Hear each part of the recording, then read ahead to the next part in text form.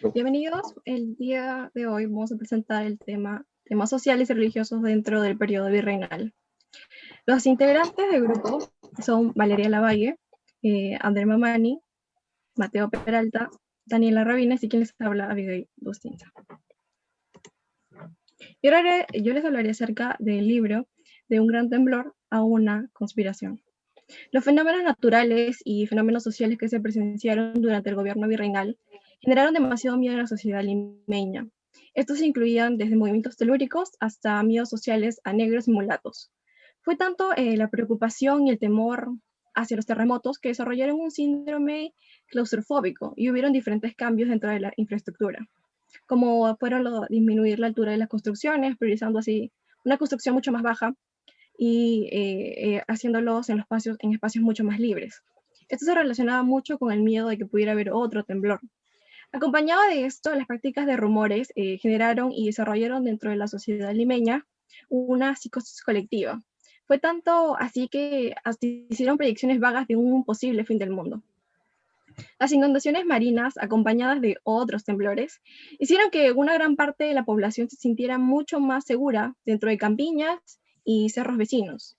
Acompañado de este problema, también seguía otro que se relacionaba con la precariedad de las viviendas, que estaban expuestas a otros peligros como era el fuego, otro miedo. Y más aún cuando usaban la leña al momento de cocinar. Este temor estaba marcado ya desde antes por el incendio del albergue de una de las monjas a causa del impacto de un cohete, que más tarde este tipo de elementos serían prohibidos por el peligro que causaban. Por otro lado, y siento que es el punto más importante, fueron los miedos sociales a mulatos y a negros. Los limeños en esa época sentían mucho miedo por ellos, ya que causaban un desequilibrio social dentro de la sociedad donde ellos estaban. La cantidad de ellos era una de las tantas causas de esto. Es por eso que emplean diferentes formas de persuasión y sosegación, ya no solo a través de actos de castigo público, sino ahora relacionado en lo religioso. Las fiestas y procesiones organizadas tanto por el gobierno virreinal como por la iglesia fueron la respuesta a los momentos de emergencia, que sirvieron para canalizar las masas multiétnicas que causaban peligro a la sociedad. Es por eso que el uso de imágenes religiosas como el Señor de los Milagros, que claramente representaba a Cristo, conectó con la plebe, convirtiéndose así en una relación conflictiva con la autoridad a una mucho más estable, delimitada y sobre todo controlable. Es evidente que la procesión sirvió como una herramienta para recuperar el orden público desde la última ola de violencia de los negros y mulatos. Más tarde llegaría otro problema, que fueron la llegada de los indígenas y de los mestizos que estuvieron a punto de poner en jaque la corona del reino. Dentro de esta situación volvió la preocupación del gobierno por el hecho de que estos podrían formar una alianza entre negros mulatos, mestizos e indígenas. Al ver el desorden del gobierno regional, no les servía solo una respuesta militar, necesitaban controlar las actividades de los indígenas dentro de su sociedad. Luego, en el gobierno del virrey Manso de Velasco, se planteó la construcción de una ciudad mucho más segura, ya que decía que una mayor resistencia física de los edificios no solo otorgaría seguridad ante un sismo eventual, sino disminuiría la posibilidad de sufrir una arremetida social por parte de los negros e indios, demostrando así que el miedo social ya no estaba solamente en los terremotos, sino ahora entre las diferentes clases étnicas que existían en la sociedad. Y bueno, Abigail, me parece realmente interesante lo que mencionas, ¿no? Y por esto me nace la siguiente pregunta. ¿Cuál fue el mayor riesgo para la sociedad limeña virreinal en ese entonces? ¿Las teorías conspiranoicas acerca de los terremotos y demás desastres naturales o los desastres naturales en sí? Considero que fueron más los miedos sociales de los negros y mulatos, que como expliqué, no solo causaban un peligro social y desorden dentro de su sociedad anterior, sino que causaban también un peligro dentro de su lugar social donde ellos se encontraban, tales como eran reyes, plebeyos, porque ellos podían entrar al lugar donde ellos estaban y peligrar su posición, y eso era lo que ellos no querían, ya que hubo un momento donde ellos prometieron como mulatos, como negros, poder tener un rey algún día, y esa fue la frase que les causó temor a los a los reyes de ese entonces. Bueno, teniendo en cuenta lo que mencionas, ¿no? El gran impacto físico que generaron los terremotos y demás, y el impacto social que genera la estratificación social, creo yo que uno de los grandes problemas que genera el...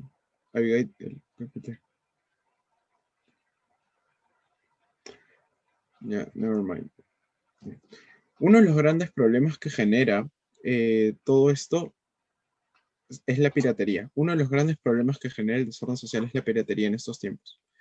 Al día de hoy existe un concepto romantizado y erróneo de lo que son los piratas, como por ejemplo de Barba Negra o como en las películas de piratas en el Caribe. Sin embargo, el pirata era un ente el cual robaba, violaba y destruía propiedad privada y pública al mismo tiempo. Entonces, comencemos por el hecho de que la sociedad colonial era altamente xenofóbica y relacionaba al extranjero directamente con el pirata. Esto se da puesto que durante 1580 más o menos había un cisma entre quienes se iban con Felipe II y quienes hablaban de Carlos V aún después del anexo que hubo durante esta época. Pues incluso personas de Sevilla, de Sicilia, podrían ser consideradas como nacionales. Entonces el concepto de extranjero y nacional era difícil de comprender. Sin embargo, alrededor de 1594, Richard Hawkins atacó fuertemente terreno virreinal, lo cual formuló gran caos social en cuanto a la sociedad virreinal, lo cual alertó y teniendo en cuenta que este hombre era de procedencia inglesa, generó aún más temor dentro del Estado, relacionando directamente el pirata con el extranjero, más aún del mal concepto que se tenía, generando odio y temor. Otro punto de nuestra sociedad colonial es la iglesia. La iglesia también fue altamente atacada, robada, destruida por parte de los piratas.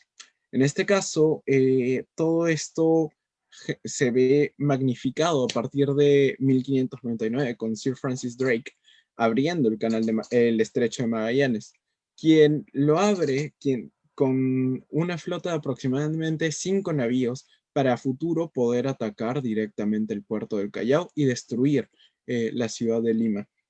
Y ya teniendo en cuenta esto, la iglesia decide denominar a los piratas como entes anti-iglesia, herejes determinados totalmente. Entonces, si bien la sociedad fue vista destruida, los bienes del Estado, de la iglesia, también hay un punto importante que es el pirata como enemigo público del Estado, puesto que si bien ya habían ataques cotidianos, los estados, al menos el Estado peruano, el virreinato peruano, no estaba preparado para un ataque de tal magnitud. Esto se demuestra con la construcción de diversas edificaciones para la defensa, mucho después de ataques sumamente importantes para nuestra nación. Genial, ese tema está súper interesante y por ende también tengo una pregunta respecto a los puntos que ya habías mencionado. Mateo, ¿cuál consideras tú que sería el impacto social que han tenido los piratas en esta época? Bueno, el impacto social es importante en este caso porque lo podemos dividir en dos.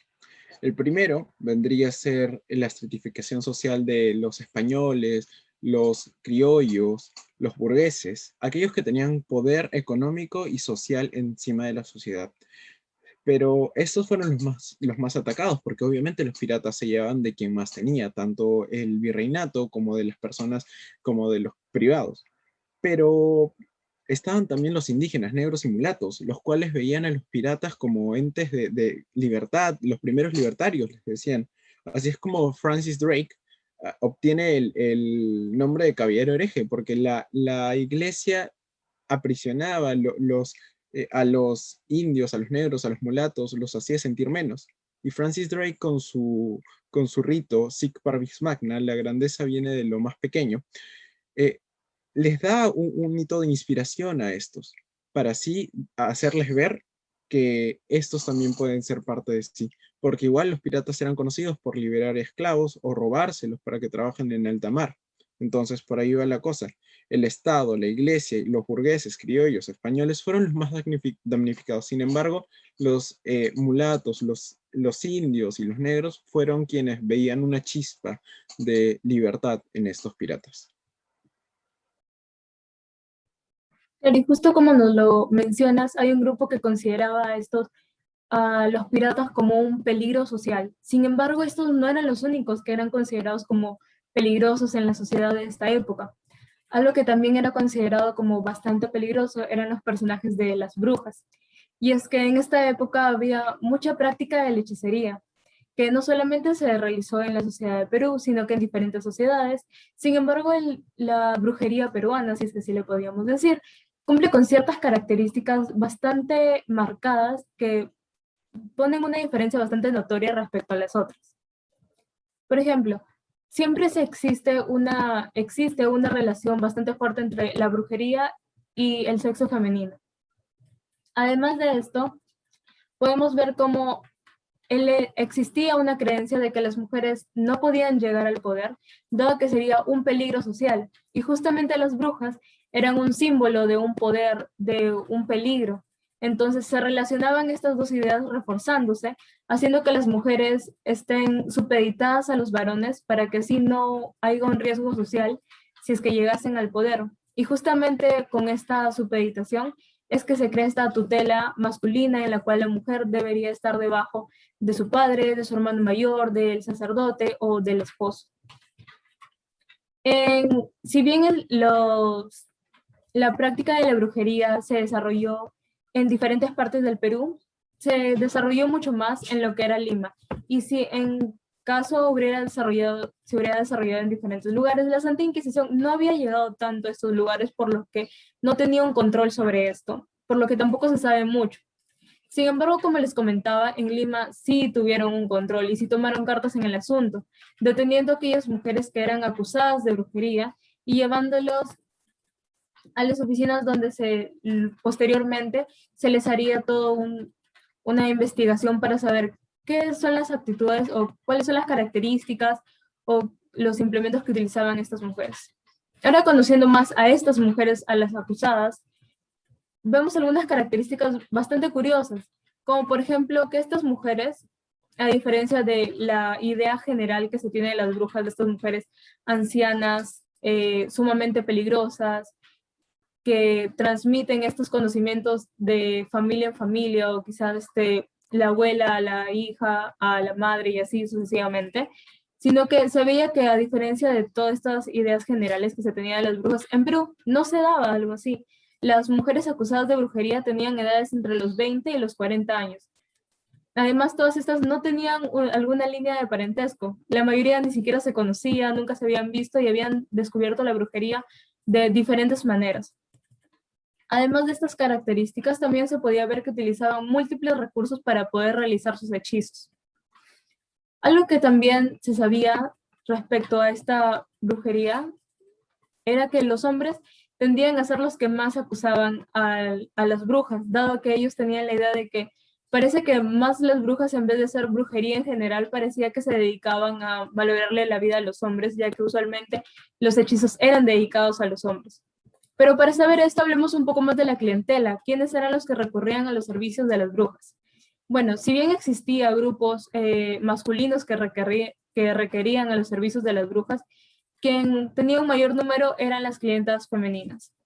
Y es que podríamos hablar un poco aquí de los pedidos que se hacían por parte de las clientas, como por ejemplo, no solamente la cura de enfermedades que para la sociedad ya eran incurables y no había forma de que esta persona se pueda recuperar, sino que también se veía, y es un hechizo que resalta bastante, que nos refleja el machismo que había en la sociedad, era que muchas de las mujeres pedían como hechizo amansar a los hombres, que era justamente lo que los hombres se quejaban, ¿no? ¿Y por qué pedían este hechizo? Y es que justamente había tanta violencia en esta época, los hombres ejercían tanta violencia física, verbal, psicológica, sexual, no solamente a las mujeres, quizá también a los niños, que las mujeres ya no sabían cómo frenarlo, no sabían cómo apaciguar a los varones, y es justamente que como último escape recurren a las brujas para que puedan lanzarles algún hechizo que pueda calmarlos. Otro punto que también me gustaría mencionar es que como esta sociedad era tan machista y los hombres ya tenían como que este estereotipo, otro de los hechizos también bastante solicitados hacia las brujas era justamente el que las mujeres puedan encontrar alguna pareja que no cumpla los estereotipos o los estándares de la sociedad actual, que no sean violentos, que sean más cariñosos, que sean más tranquilos, más compasivos. Así que con todo esto podemos ver el fuerte machismo que había y cómo las mujeres estaban buscando una salida o una alternativa distinta. Claro, es muy interesante ver cómo el rol de la mujer en este siglo, ¿no? Siempre por debajo del hombre. Eh, tú mencionas recursos que utilizaban las hechiceras al momento de realizar los hechizos. ¿Cuáles eran los recursos a los que éstas apelaban? Las brujas utilizaban diversos recursos, como lo podían ser animales, ciertos objetos, ciertos brebajes, pero no solamente estos recursos, sino que además, a la hora de hacer sus hechizos, lo hacían en nombre de santos, a nombre de demonios, así como también lo hacían en nombre de Dios, en nombre de Satanás, e inclusive algo bastante curioso que se pudo percatar a la hora de que se testificó a estas mujeres, era que también utilizaban los hechizos en nombre de dioses ancestrales andinos, como habían sido, por ejemplo, el sol o la luna. Ahora, algo bastante curioso como extra que les quisiera comentar era que, por ejemplo, si es que hacían hechizos en nombre de el demonio o de Satanás, lo que se pedía era que el cliente, por favor, eliminase todos los objetos relacionados con la religión para que el hechizo pueda funcionar. ¿Por qué? Porque, por ejemplo, si pedías un hechizo en nombre de Satanás y en tu casa tenías cosas relacionadas con la religión, lo más probable es que el hechizo no funcionara. Entonces, por eso se pedía a los clientes que realicen ciertas acciones para que los hechizos puedan funcionar. Claro, y hemos estado viendo sectores subordinados en esta sociedad, ¿no? Y también encontramos a los ilegítimos. Eh, la ilegitimidad se debió a muchos factores y según muestran algunos estudios, se deben a una crisis económica que hubo en el Perú colonial del siglo XVII. El dinero ya no iba destinado a crear núcleos familiares. Esto hacía que hubieran más hijos ilegítimos, ya que nacían fuera de los matrimonios, porque las personas no se casaban. La ilegitimidad era rechazada porque causaba un desorden social y los derechos y las limitaciones de los ilegítimos las daba la legislación española. Asimismo, se nombra a los hijos naturales que, según las leyes de Toro y los 7 partidos, eran los hijos con hombre y mujer sin impedimento de casamiento. Estos hijos reclamaban estatus y bienes. También nombran a los hijos espurios, que eran todos los otros ilegítimos.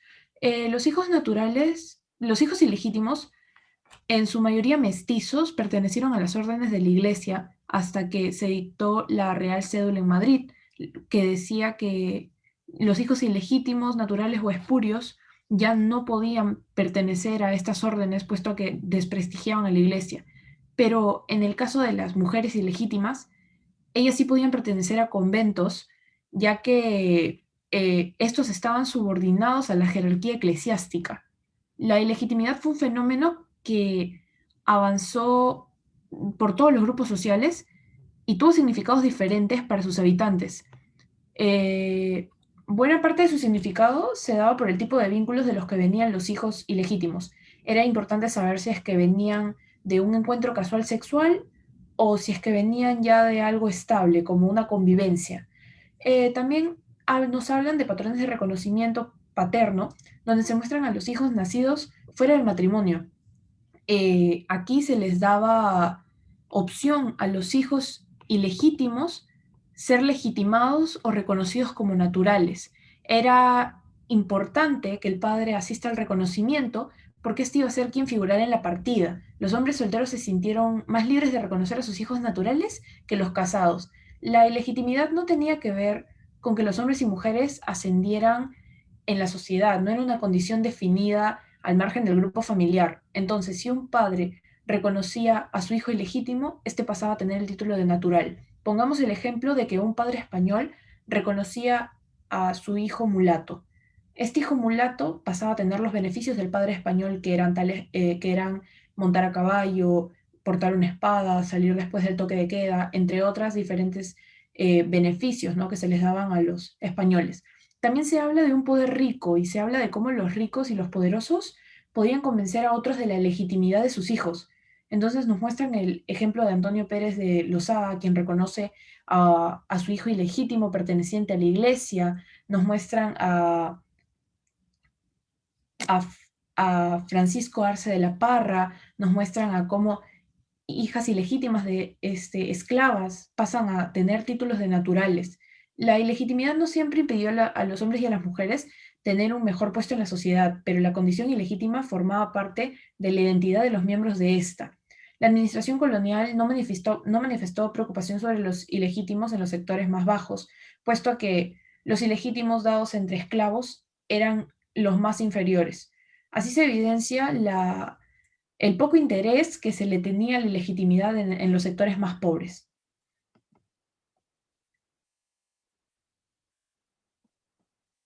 Sí, tengo una duda con respecto al tema.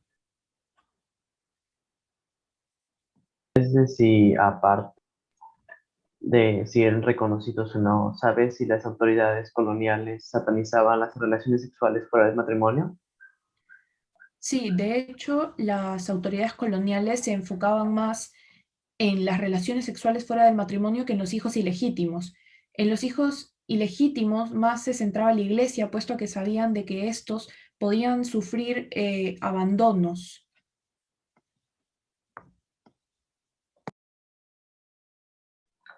Sí, bueno, aparte de los problemas de la legitimización de sus hijos, también hay que resaltar que los padres esclavos tuvieron sus propios problemas.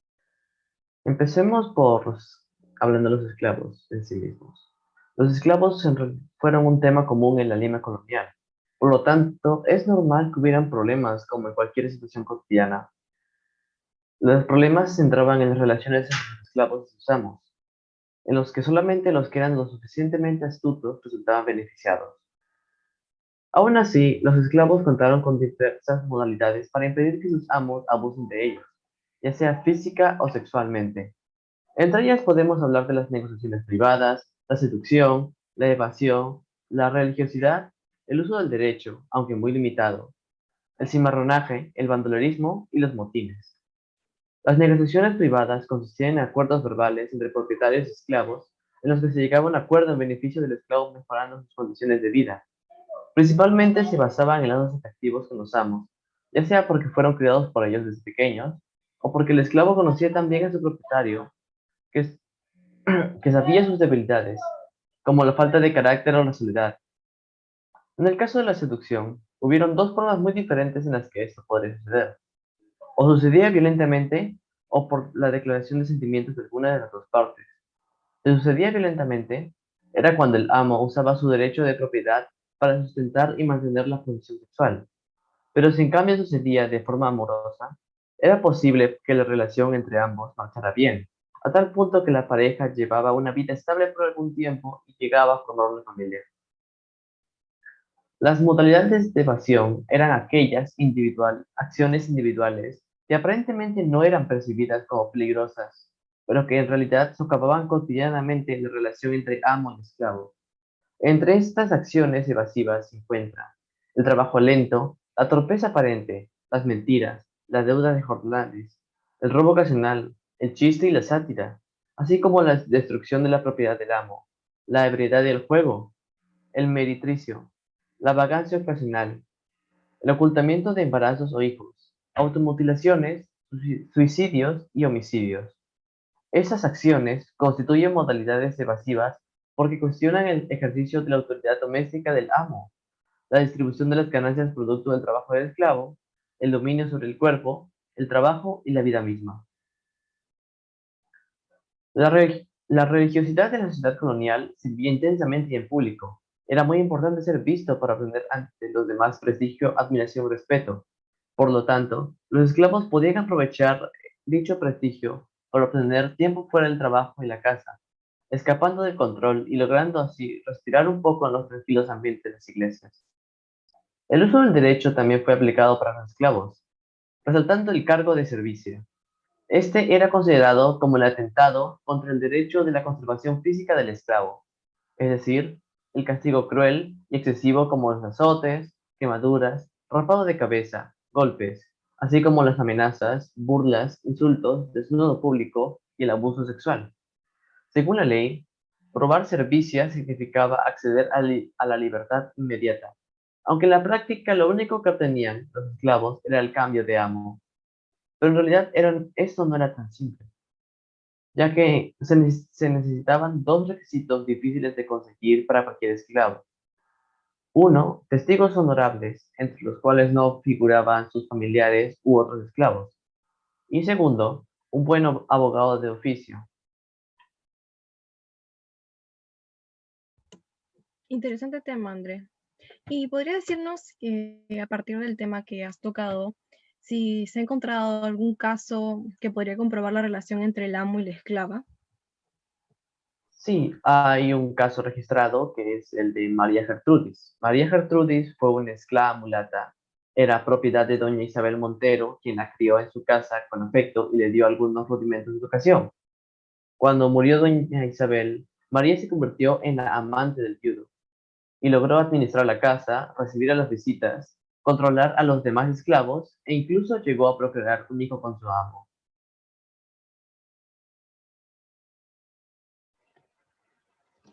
Bueno, es realmente interesante todo lo que se acaba de discutir, pero yo quiero resaltar algo a partir de lo que ha dicho Oscar, Valeria, Alessandra.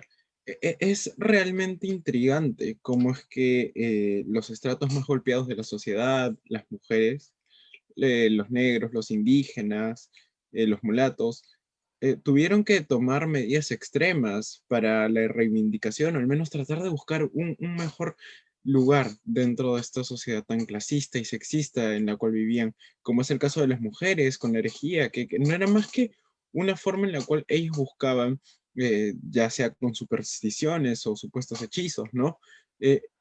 Una mejor vida donde pudiesen vivir tranquilas, sin embargo, dentro de su sociedad. O en el caso de muchos indios, mulatos, negros, que vieron a los piratas que eran en realidad ladrones, violadores, destructores de propiedad, como sus héroes, sus libertadores, personas las cuales no deberían ser un ejemplo a seguir, pero sin embargo, a pesar de esto, dentro de la situación en la que vivían, lo eran. Eran personas las cuales representaban todos los ideales los cuales ellos querían alcanzar, así evitando los desastrosos finales, como ya Oscar los mencionó en su momento, ¿no? Suicidios, mutilaciones, que se veían mucho mejor que seguir viviendo en una sociedad que los hacía vivir como basura, que los menospreciaba. Y creo que esos serían los puntos más rescatables, cómo el abusado termina buscando las medidas más desesperadas para salir de la sociedad del abusador, que en este caso era la clase elitista del Perú en ese entonces. Ahora, pasando a la reflexión respecto al tema de la piratería, debemos resaltar, justamente como ya lo había explicado bastante bien mi compañero, cómo si bien esos personajes no eran nada como que para idealizar o para rescatar, no tenían las conductas más adecuadas e incluso terminaban afectando a ciertos sectores, que en este caso eran los más altos, para los sectores más bajos representaban como un ideal, ¿no? Como este héroe o esta persona, este personaje que tenía estos ideales de lucha que ellos también estaban buscando y que compartían y que justamente los ensalzaban cuando curiosamente ahora analizando desde una perspectiva mucho más general vemos de que estas personas no eran merecedoras de todo este reconocimiento que tanto les daban las clases bajas. Sin embargo, como ya lo habían explicado, muchas veces esto lo hacían porque estaban tan oprimidos por las clases sociales mucho más altas que sentían de que esta era la mejor representación de una libertad, ya que estos eran unos rebeldes que justamente como también lo habían comentado, como que querían darle un poco de una prueba de la misma medicina a estas personas que a veces abusaban de ellos, entonces lo veían como estas características de un personaje ideal. Claro, y respecto al tema de Oscar, ¿no? De las mujeres indígenas que hasta procrearon con sus amos, y tomando un poco el comentario de Mateo que decía que se vivía en una sociedad sexista, machista, una sociedad en la que en donde muchas personas no querían vivir. Entonces podemos encontrar que capaz el concepto de amor era diferente, ¿no? Se podía buscar un interés al momento de enamorarse o procrear hijos, puesto a las diferentes trabas que habían en esta sociedad. Ok. Una reflexión que puedo dar de todos los textos que hemos examinado es que principalmente siempre va a haber una clase dominante y una clase que será la dominada. Y aunque eso suceda, la clase dominada siempre obtendrá maneras de cómo sobrellevar esto, como el texto que mencioné, en el cual las esclavas tienen diferentes métodos para impedir su abuso. Aunque hay que resaltar que de todas las soluciones que se han podido dar, ninguna fue suficiente, ya que, como mencioné el ejemplo, las esclavas también, ellas jamás lograron su libertad. Lo máximo que pudieron era, con suerte, conseguir un mejor dueño.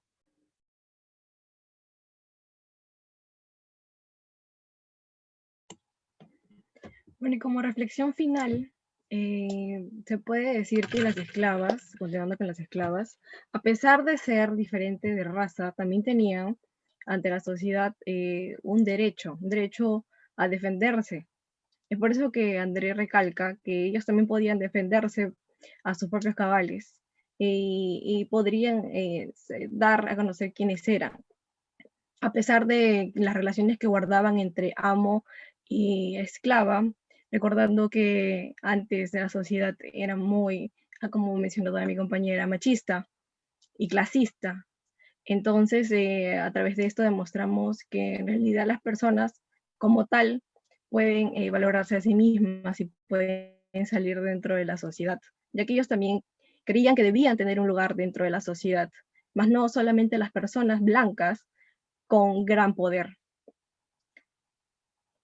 Y eso es todo. Muchas gracias.